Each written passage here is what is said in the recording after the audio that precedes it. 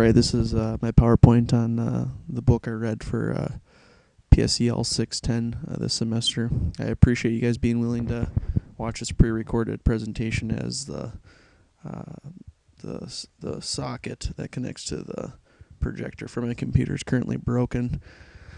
Remarkable Leadership is a book that was written by Kevin Eikenberry that was designed to essentially be a handbook on leadership. It was a very easy read and was quite detailed throughout. This book on leadership was more geared to public business or general businesses rather than the criminal justice sector directly, but it did provide a great insight on numerous different leadership skills and even some that we've covered this semester in class that can be utilized to properly manage a company or manage a department. Although some of the recommendations needed to be tweaked slightly to fit the law enforcement world, almost all of them are directly applicable to our profession and the leadership that's required without.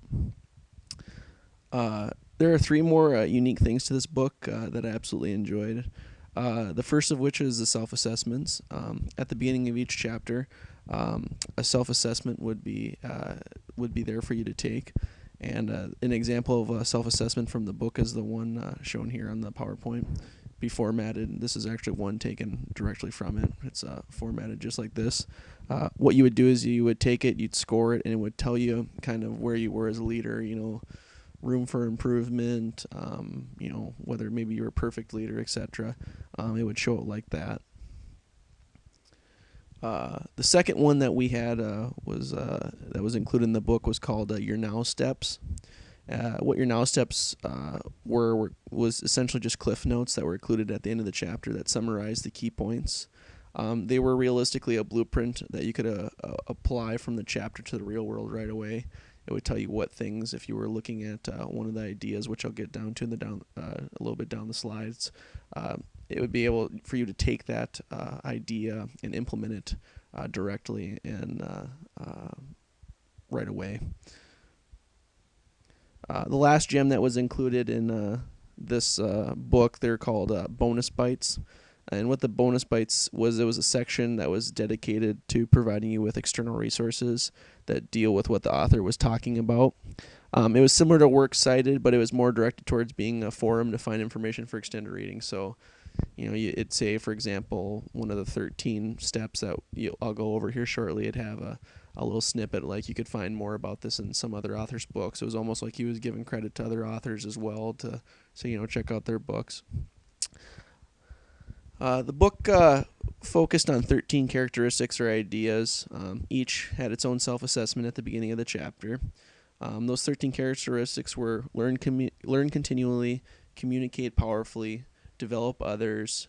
There's this one thing called champion change. Build relationships, focus on customers or who you're dealing the product to.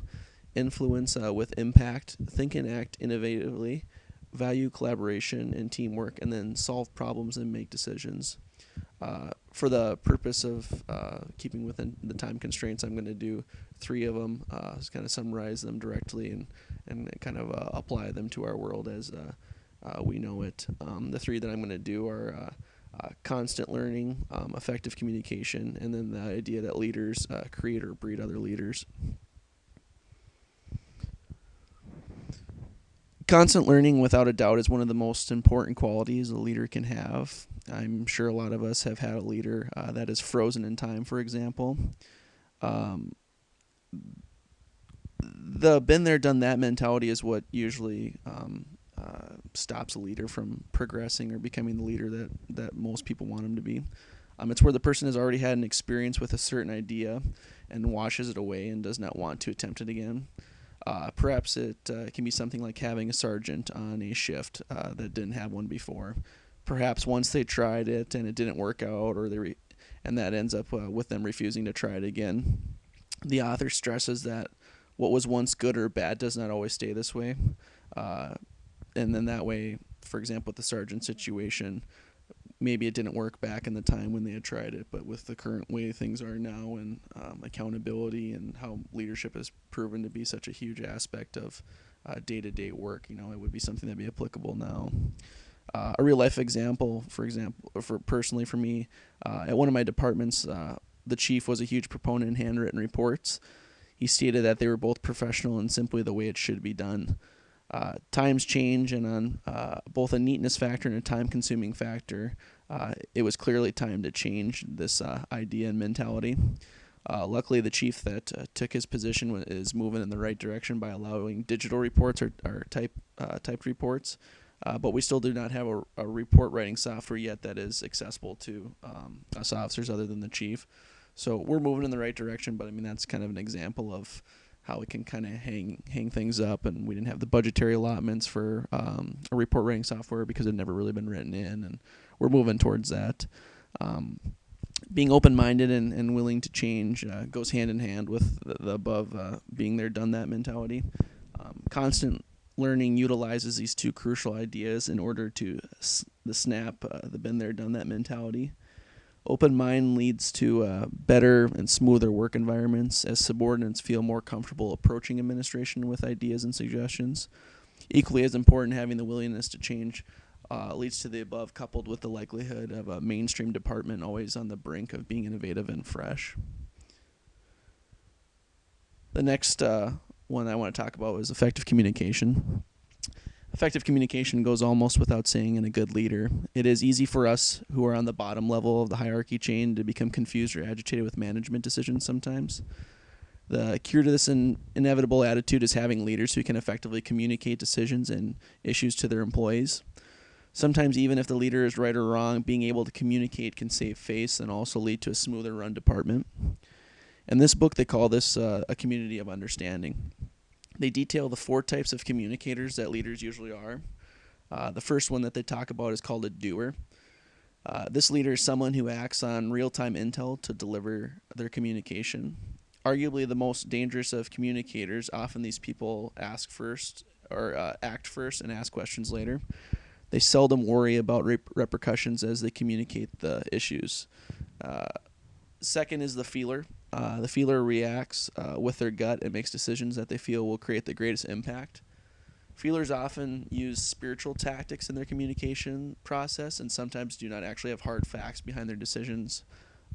They may, for example, feel that morale is down and hold a meeting to address it, even if morale, for the most part, may be quite healthy. But it just might be something that they feel is off and they want to talk about it. The third example that they talk about is called the thinker. The thinker is someone who dives deep into an issue and analyzes everything about it. They look into numerous different avenues of travel on how to approach the issue. They present issues to their staff and go forward with what they believe is the best course of action based on their research. Finally, in the Imagineer, although likely their ideas might be far-fetched or not currently ideal, these communicators use this as a morale booster. They must be careful, though, if you are a Imagineer, as when they plant these grand ideas in their employees' heads, that it is delivered as a goal rather than something that they should expect.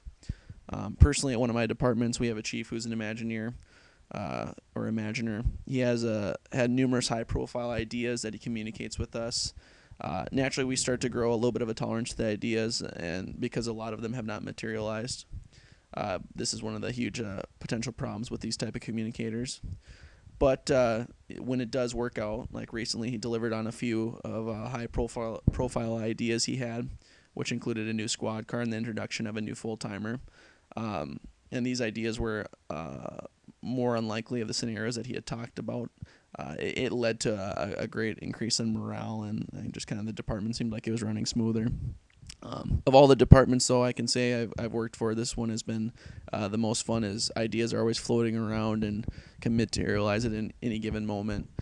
Going back to the previous slide, he's one of those people that you can approach and talk to, and he takes your idea and runs with it a great deal of the time. Finally, the one I want to talk about is leaders breeding leaders. This is one of the concepts I couldn't agree with more. This also has a counter effect, though, as bad leaders can corrupt and ruin good leader candidates. The author describes that the most important trait in accomplishing this is being selfless and not selfish. By doing this, you make it possible to develop others appropriately. The author recommends that you assist and develop your subordinates as much as possible, as this has a direct correlation on their success and also yours. Being supportive, providing feedback, mentoring, and coaching are also very important keys to making your aspiring leader succeed. This is a double-edged sword, though, as you can serve a somewhat selfish purpose to you as well. By taking time to breed the new leaders, you're also training them in day-to-day activities that can assist you with your work. It works out perfectly as you are assigning them more responsibility, which most aspiring leaders want. They want to be able to prove to you that they're the leadership candidate that they're trying to be. And this, by doing this and letting them do some of your tasks, it allows you to focus on other things and improve your leadership skills as well, or implement other ideas, etc. And the author kind of simply summarizes it simply as people helping people. Based on reading this book and reading our textbook this semester and looking at numerous different things, this is a book that I would highly recommend, not only to aspiring leaders but also to PSEL members here in the class for just a general read. Although it's not a flat-out criminal justice leadership book, it does provide a great deal of information and suggestions for succeeding as a leader or breeding yourself to become a better leader.